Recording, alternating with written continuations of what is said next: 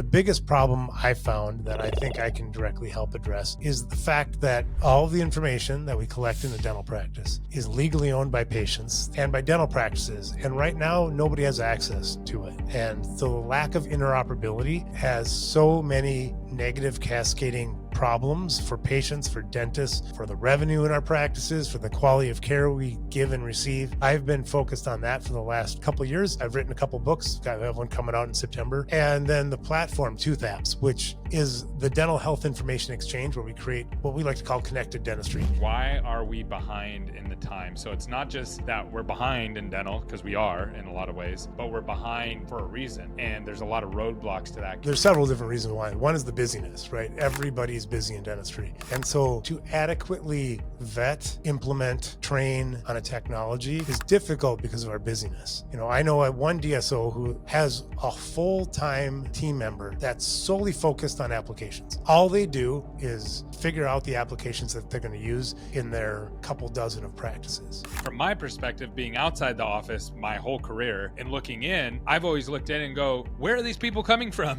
We can't actually figure out where did these people come from. And when you don't know where your patients are coming from, then you don't know how to duplicate it or get more of the kind of patients you want or less of the kind of patients that you don't want or that you can't help. I see dental starting to piece this together, which is exciting because for those listening, what this means is when this all comes together, there's going to be a time where you'll be able to see the whole patient journey from click all the way to the patient referring other patients to the office and accepting treatments. And you'll be able to manage that relationship from a marketing perspective, but also be able to manage that relationship from a clinical perspective and every other which way that you want to manage it. Welcome to another episode of Dental Marketing Theory. I'm your host, Gary Bird. I'm the founder of SMC National, where we help you create, convert, and close more new patients so you can grow the way that you want. And I love sharing owner-doctor story on this podcast. Today, I have one of the best stories that you could possibly imagine, Dr. Laskin. He has not only been a dentist, but he's been an owner-doctor, successfully sold his practice. He has his hands in over 13 companies right now that he's working on in the dental industry. He also has another product that he created that's in over 80,000 practices today. And he's launching a new product that's going to absolutely revolutionize how we do dentistry, how companies interact with dental, and how patients interact with their data. You're not going to want to miss this one. It's a special, special show. Stay tuned. All right, I got Dr. Laskin here, and I'm super excited to have this conversation because if you don't know Dr. Laskin, I've known him actually probably for the last decade. I've bumped into him so many different times, and every time I bump into him, he's doing something new. So not only has he owned a dental office, he's also sold dental offices, and He's worked inside of independent groups. He's worked inside of DSOs. He's written books. He's also worked in multiple different tech startups. He's pretty much done everything that a dentist could do inside the dental world. So I'm super excited to have this conversation with him because he has a very unique perspective. And I would love for you to share with us, Dr. Laskin, how you got into this. Like, why did you get into dental? And then how did you end up where you're at today?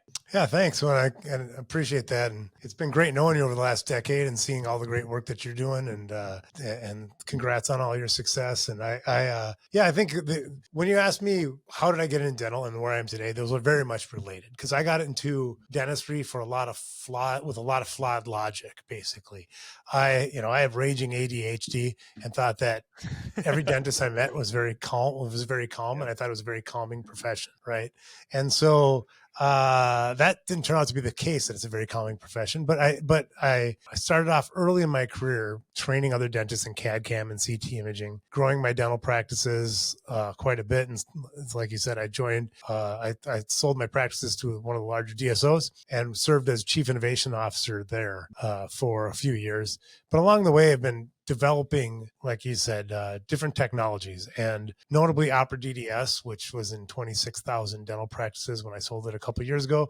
Now in, I think, over 80,000. I mean, it's been doing really well. And along the way, what I've really, like you said, I've worn a lot of hats in the dental industry. And because of that, huge. Hey, I got something crazy to share with you, and I'm going to get you right back to the show, I promise. So we have an event called AlignerCon coming up next year, and this month we're giving away a buy one, get one free. We're going to be partnering with ClearCorrect, and this is going to be one of the biggest events that we've ever done in Nashville, Tennessee, in the biggest hotel in America. If you want to come to this, again, we're going to give you a buy one, get one free. We want to meet you in person. Just go to alignercon.com, and we're going to teach you how to create, convert, close, and even some clinical components around clear aligners. So don't miss this event. Go check it out now. Back to the show. I've seen sides. I want to just call What's that out.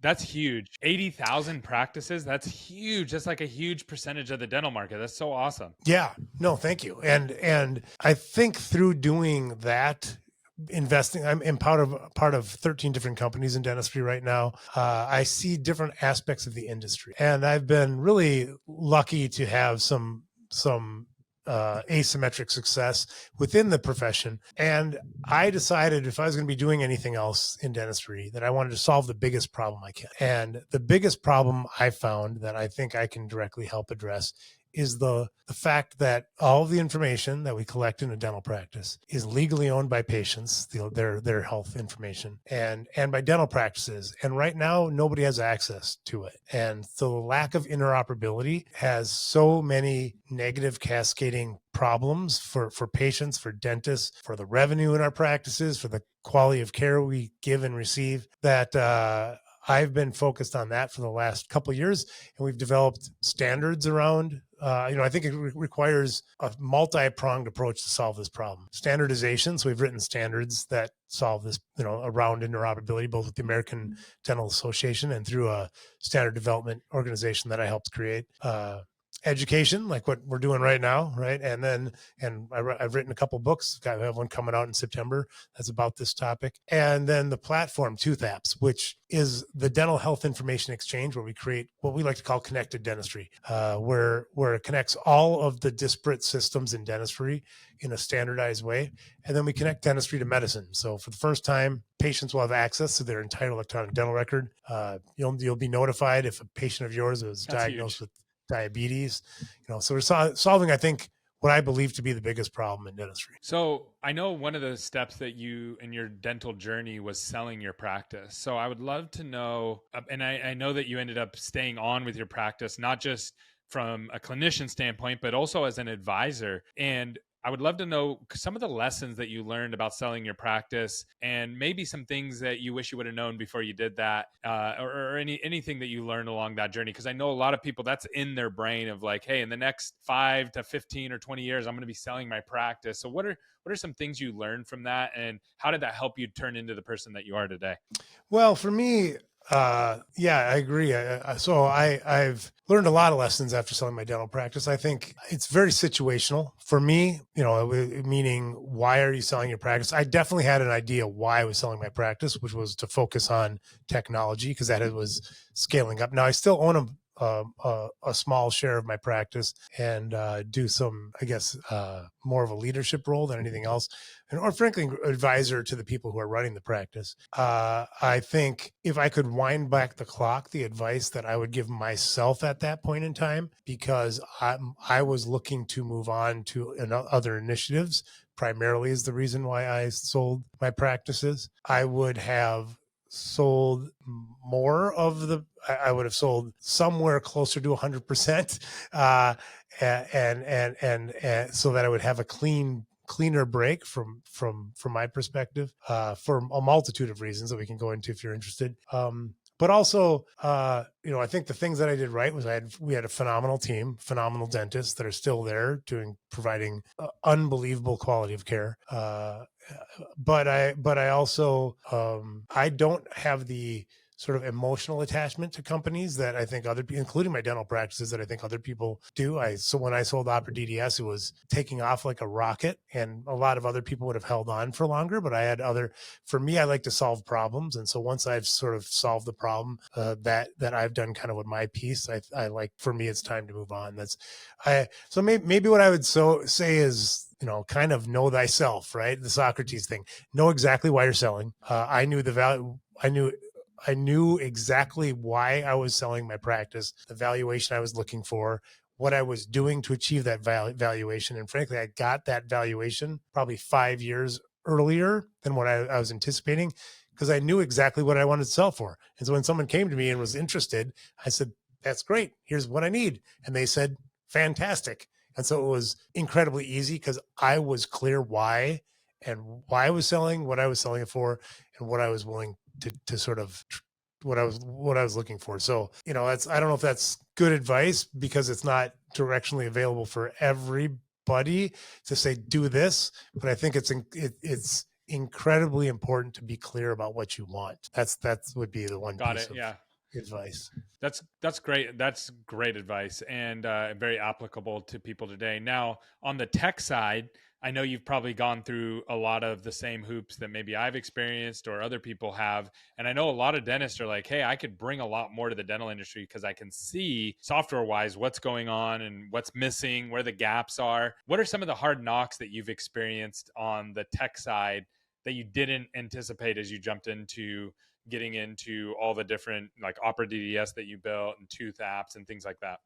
Well, dentistry is controlled by very few corporations, right? If you think about it, there's not many big players in our industry. It's a small industry. So it's not as easily disruptable as a lot of people think. I think a lot of software companies, a lot of technology companies, a lot of dentists who are looking at creating something, look at our industry and say, boy, things are so archaic. This is what I thought, right? So let's come and fix this problem of dentistry being behind the times. That's usually what somebody who's looking to come up with some innovative solution is looking to do. However, there's reasons why our industry is behind the times, and that makes it a lot more challenging than other industries, like going direct to consumers versus going to patients, because all dental practices are busy. So if you're going to try to change somebody's workflow, it's incredibly difficult. And I think that if we truly want to make substantive change, we have to go to the root of the issues that are going on in the industry. That's so I would say what I've learned. I mean, I am still getting slapped, and I think it's Gary Vee that says being an entrepreneur is getting up every day in the morning and getting punched in the face all day long, right? So I learn lessons every single day like that, as most people who are entrepreneurs in any industry do. And so I have a whole list of scars that I could talk about, but I would say before you would get into it, be very clear about the problem that you're solving, and if you have the ability, the team around you, the intestinal fortitude to actually go after the problem, because everything takes twice as long and is much more difficult than it seems at first. I want to talk about Toothapps in a moment, but you said something there. Why are we behind in the time? So it's not just that we're behind in dental, because we are in a lot of ways, but we're behind for a reason, and there's a lot of roadblocks to that. Could you dive into why dental seems to be or feels like it's behind in certain areas when it comes to technology? Yeah, I think that there's several different reasons why. One is the busyness, right? Everybody's busy in dentistry. And so to adequately vet, implement, train on a technology is difficult because of our busyness. I know one DSO who a very relatively small group has a full-time team member that's solely focused on applications. All they do is figure out the applications that they're going to use in their couple dozen of practices. Right now, that's a group that's actually focused on this. Most dental practices don't have that type of bandwidth. And even then, I wouldn't say that the technology in dentistry has been, depending on which aspect of technology we're talking about, right? Clinical technology is very different than, our business systems and informatics and different aspects of dentistry. I believe we've actually done a lot on the clinical side. So I've started off early in my career, like I mentioned, doing training for CAD/CAM and CT imaging. Now that's just taken off. That's phenomenal. And it's been there. I mean, that's been going on for probably 50 years at this point, close to 50 years. And let's face it, 30 years ago, it was really good. So now it's just phenomenal. And the industry is just still catching on with CAD/CAM and CT imaging, right? So I think the biggest, I like to say to dentists, like, don't let your busyness destroy your business, because that definitely can happen. Being so busy that you think you can't implement things, you can't get proper training, you can't implement that new piece of technology.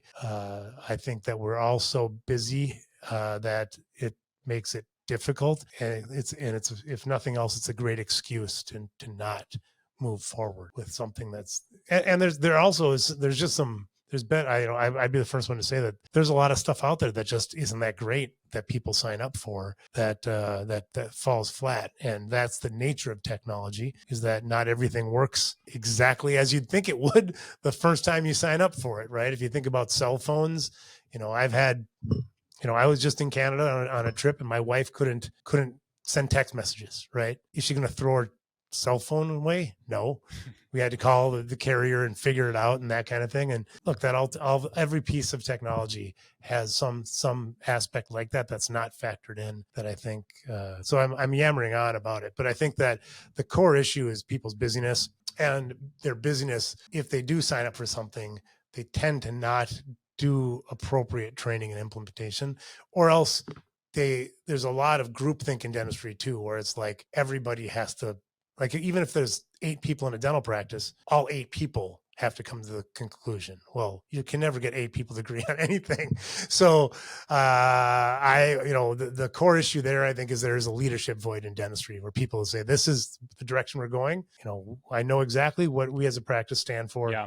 This is the way we're headed, and this is why we're implementing this. So those two things, I think, leadership. Do you feel that down. Yeah, do you feel that? Here's the thing that I've noticed about dental, is that most of the time all the people in the dental office are just running full force just to take care of the patients. So it's the old, and it's a very old philosophy, but working in the business rather than working on the business. And most dentists who own their companies are working in the business, not on the business. Is that basically the void? Is it that simple? Yeah, I think that's true. I do think that we're entering an era where a lot of people are also turning over the keys of the practice to a DSO or a group where they have an office manager that will kind of run things.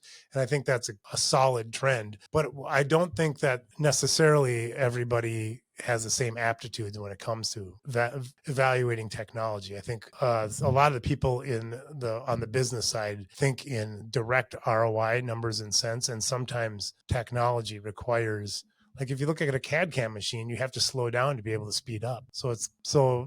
And it requires both a clinical mind and a business mind to look at the problem as, like, together. And oftentimes, if there is, yes, to your point, that people are so busy that they can't work on the business, but also if they have somebody that works on the business, that person tends to not have any clinical training, which is equally problematic. Just a different side of the same problem. If that makes sense. Yeah. Okay, so let's dive in. It totally makes sense. So let's dive into Toothapps. How is Toothapps going to absolutely change the dental industry? Well, thanks. I think it is. I think, realistically, like I said, what Toothapps is, I think so too. It's the dental health information exchange for dentistry. So what we are doing is we're creating interoperability so that we consolidate all the disparate systems into a consolidated electronic dental record that communicates with every system you have, but then also connects dentistry to medicine. We're also right now creating our patient application. So patients for the first time will have access to their own data, like my chart for dentistry. And we also have some core applications that people can use to leverage this interconnectedness.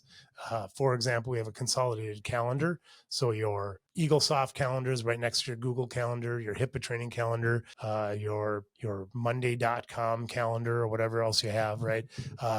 We've got a consolidating messaging platform called Forum, which brings in all of your messaging. If you're the CEO of a DSO, you can message all the hygienists, or you can message, if you're a dentist, you can communicate directly with your assistant anywhere in the world, right? Securely. And then also we bring in all your notifications from everything else. And now we just launched this week Forum AI, which is our AI chatbot. So you can actually communicate not just with your team, not just with your laboratory, not just with your patients, but we have an AI agent that you can ask things like, can you give me a consent form for oral surgery or whatever? It'll print that up for you too. So we have an AI that we're training specifically for dentistry to ask questions too. That's huge. There's a lot there, right? That is so huge. You have no idea how many times that's so huge. So right now, if someone doesn't have Toothapps, let's say I'm a dental office and this is the first time I've heard of Dr. Laskin, the first time I'm hearing about Toothapps, what would be the main thing that I should be excited about? Well, so number one, I skipped over what's allowing us to do all this too, right? which is the 21st Century Cures Act, put together by the ONC, right, which is the same people that's behind HIPAA. HIPAA is about privacy and security of data, and it has some rights and responsibilities that a lot of people are in violation of. Let's just call it out, right? Why are people in violation of it? Because it's a pain in the ass, right? Security and privacy makes things more difficult. The Cures Act, however, does the opposite. The Cures Act is about data accessibility, making our data accessible to who? To patients and to dental practices. And as of October of last year, a single incidence of blocking information has a fine of up to $1 million. So this is not just the biggest problem in dentistry, it's the biggest problem in medicine. And the ONC has been working on this for the last 20 years. Yep. In medicine. So what we're doing in dentistry with Toothapps is we're bringing interoperability to dentistry so that people are not going to be out of compliance with the Cures Act when your patients ask you, gee, can I have a copy of my dental records? Right now, if any patient in any practice, if they went to the ONC's website and said, my dentist didn't give me a complete dental record and it took too long, right? Between $10,000 and $80,000 fine for each patient that says that. And there's no way in dentistry to comply with it, right? Toothapps is bringing that ability so that when your patients say, you won't even actually have to share your records with the patient. They can go on, answer some questions, and actually get their dental record themselves, right? That's what we're building right now. So also, a lot of people have a practice management software that they might not be that thrilled with, but they're scared to switch to another practice management software because of lack of the data. Well, we can facilitate that transfer too, because again, this is not the practice management software vendor's data. It's not your data, it's the patient's data. So ultimately, what we're doing is compliance with the Cures Act and facilitating normalization of all the data in dentistry, which, I like to say, if you look at a pyramid, on the bottom is data because we need to have data, health history, medical history, x-rays, CT scans, all of that information so that we can have an accurate diagnosis so that we can then have successful treatment, which then leads to revenue, right? It all falls apart if we don't have the right information. And that's what's going on every day in dental practices across the country right now. Hey, sorry for interrupting the show, but this is a segment that I think will bring a lot of value to you, and it's really, really fast. So this is Ask Gary. People have been emailing their questions in to askgary@smcnational.com, or you can leave them below in the comments or DM us. Either way, we will get your questions answered. And today's question comes from Craig, and he asked, what are the best social platforms for marketing to attract new patients? This is actually a really, really good question because there's a lot of options now, and it really depends on what kind of people you're trying to attract. Obviously, Facebook skews a little bit older and Instagram skews a little bit younger, but that's starting to change. And to be honest with you, when you're running ads, you can really run them on both platforms. Also, you can really build an intimate audience on Instagram, and Facebook, it's a little bit harder to build that intimate audience, and there's so many different things going on Facebook. So it really depends on what you're trying to do. And then of course there's like TikTok and things like that. Now, TikTok doesn't let you build any kind of community. It's all just about virality and how many views your video gets. And then after that, you really don't get back in front of your followers. So followers don't mean a whole lot on TikTok. So it just really depends on what you're trying to do. And here's the one promise about social media. It's all going to change. What's true today is not true tomorrow, and it's all going to change. So it just depends on what your goals are, what you're trying to do. Are you trying to retain people? Are you trying to reach new people? Are you reaching younger people? Are you reaching people who are a little bit older? All that is really going to come into play to answer this question. See, and I have a slightly different perspective. Everything you said is correct. I don't disagree with any of it, but because of where I sit, so you're a dentist, so you've always sat at the bottom of the funnel and you've kind of looked at all this data down here and you're like, okay, we got to make sense of this, which makes total sense why you think that way. From my perspective, being outside the office my whole career and looking in, I've always looked in and go, where are these people coming from? We can't actually figure out where did these people come from. And when you don't know where your patients are coming from, then you don't know how to duplicate it or get more of the kind of patients you want or less of the kind of patients that you don't want or that you can't help. And so it's so funny because I have the same exact mindset that you do looking in, and you're looking from the bottom up. And I see dental starting to piece this together, which is exciting. Because for those listening, what this means is when this all comes together, there's going to be a time where you'll be able to see the whole patient journey from click all the way to the patient referring other patients to the office and accepting treatments. and you'll be able to manage that relationship from a marketing perspective, but also be able to manage that relationship from a clinical perspective, and every other which way that you want to manage it. So that's a really, really exciting news that you're sharing there, that you guys are coming up with, because it means control. It means that you can make decisions and help more people, and help the right kind of people, I think, more importantly. Yeah, I like to think, I mean, a simple example that I like to use is of a new patient. Like if a new patient's come to your practice, let's say they moved in from out of town, they were going to a dentist, so they just went to the dentist 6 months ago, or maybe a month ago, but they moved to town and now their tooth hurts, right? They had endo done previously. So you take an x-ray of the tooth, which right there, it's additional radiographs that the patient shouldn't need to have because they just had an x-ray taken a couple months ago. Well, let's say you do take a new x-ray and the endo looks good, but there's a draining fistula, right? What do you do today? You guess, right? Like with Toothapps, you'll be able to look up and see the entire history of that tooth. And you'll know that the last time when they had the endodontist did the root canal, there was a fracture line on the pulpal floor. Doing a root canal ain't going to fix the problem. So it's implant time, right? Just think of the time, energy, and money that you're going to be making, the patient's going to be saving, quality of care, the number of mixed diagnoses that will go down. I mean, we act like the only time the patient's information is important is if we have it today. That is very problematic to our care.